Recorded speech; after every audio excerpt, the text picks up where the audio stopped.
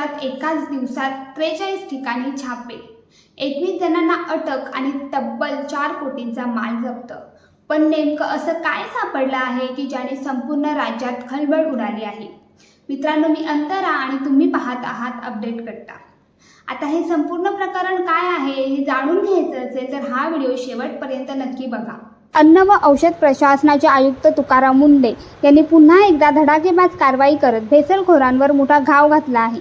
10 जून रोजी मुंबई, पुणे, नाशिक, नागपूर, कोकण आणि छत्रपती संभाजीनगरसह महाराष्ट्रातील विविध भागात एकाच वेळी ही छापेमारी करण्यात आली। या कारवाईत प्रतिबंधित गुटखा, पान मसाला आणि आरोग्यासाठी घातक असलेली तब्बल 10 कोटी रुपयांची भेसळयुक्त सुपारी जप्त करण्यात आली आहे। एवढंच नाही तर या मॅरेथॉन ऑपरेशनमध्ये 21 जणांना अटक करण्यात आली असून 17 दुकाने थेट सील करण्यात आली आहेत। धक्कादायक बाब म्हणजेच कर्नाटकातून दिल्लीकडे जाणारी 73 लाख रुपयांची भेसळयुक्त सुपारीही पकडण्यात आली आहे।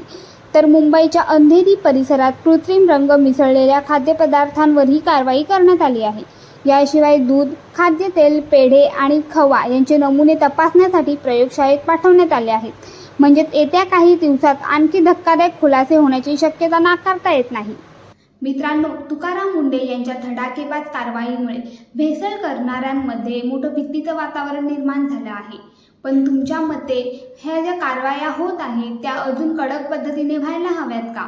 यावर तुमचं मत काय आहे आम्हाला कमेंट करून जरूर कळवा।